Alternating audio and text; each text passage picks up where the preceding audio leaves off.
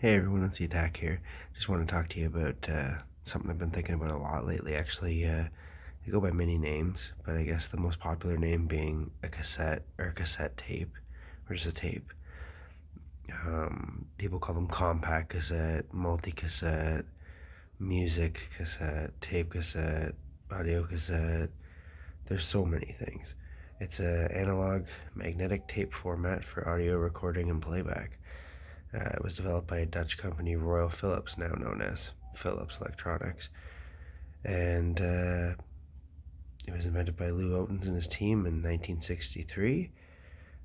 Two types were available, still really, pre-recorded music cassettes, which you would get bands with full albums, songs, singles, whatever, and then there was the blank ones, but you could record whatever you wanted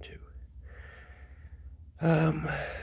See, the weird thing is in the 1960s is really when this took off. So I want to show you a 60s cassette here I have. This is the early Beatles. As you can see, it's kind of different from the ones you see later on. So you can see it's like a sticker. It wasn't put on very well by the factory, but still, it's a sticker. And inside of this, there is a ribbon. You can see it. You can hold it up to and it will move here inside the player and move the ribbon from one side to the other, collect the played ribbon. And they always had this paper sleeve that they went into, and this one is from the 60s, so like that one is kind of cool. And then and the big thing with cassette was it really took off in popularity, say from late 70s to mid 90s. That's when the other format we'll talk about later take over. But you got the Walkman, the Sony Walkman, the Philips Walkman. They all started developing their own version of the Walkman where you could take your cassette on the go. You'd see the joggers in the 80s with it. But the cool thing was in the 90s, before compact disc came out, is they were doubling them. So here's the 90s cassette, and this is a double pack. But as you can see, by this point they're printing it on, so, and you can actually see there's the magnetic tape. It goes from one side to another. As you can tell, this is half and half right now. But this one's a double, so you have one on one side, and then you have another in the back, which I always thought was kind of cool. And I remember back in the day, you get these, and you'd put them in different players, and the player would rip the magnetic tape out, and it would be all like here. And I remember you had a small enough pinky you could twirl it through, but a lot of us use pencils and pens because it's like, man, we gotta get that back in there, and you don't want the tape to get damaged. But that was the best thing we had, and not many people know this, but they're still making cassettes, like till this day.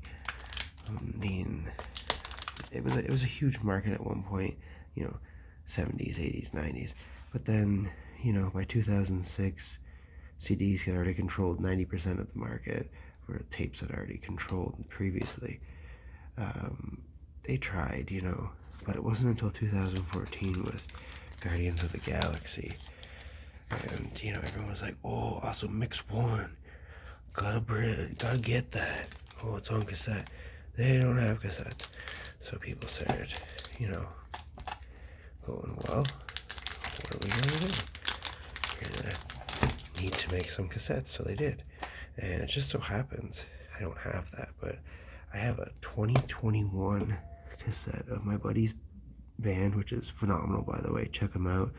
They're Dead Wolf. My buddy Thomas Wolf, I bought this off him.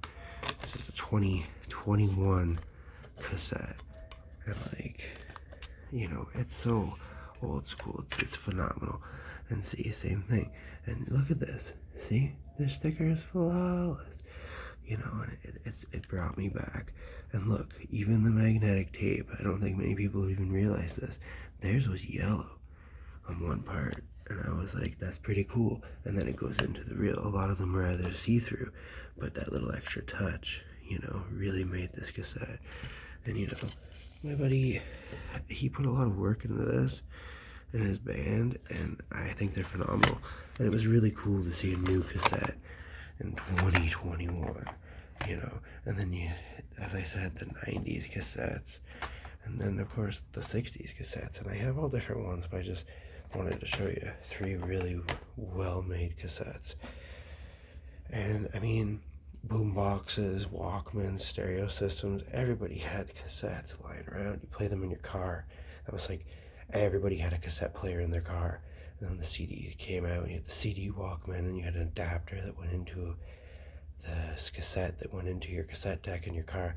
I mean, people were just jerry-rigging stuff all the time, buying these things, and they would just put them together, and like, oh, look at this. But then eventually the CD took over, and it would be the end of the cassette. But it's had a really big resurgence lately, which has been great. It's something that I like seeing, because you don't get that all the time. It's a rare treasure. Most cassettes are either damaged, destroyed, or just you don't have a player. Most people don't have players, but I don't know if you know this. If you live in Canada, you can go to the source, and they have a like a Walkman. You can listen to it as a Walkman, or you can use it and rip it from the cassette to an audio file on your computer. So either way, it's pretty cool. I just want to thank you guys for hanging tight here, listening to this babble. But I mean, cassettes were a big part of everyone's life. First time I heard Rush was on a cassette tape in a car. Do you guys remember cassettes? Are you too young?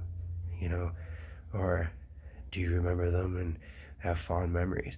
What's the first cassette you remember owning, if you did own one? And if not, what was the first cassette you remember someone else owning or seeing?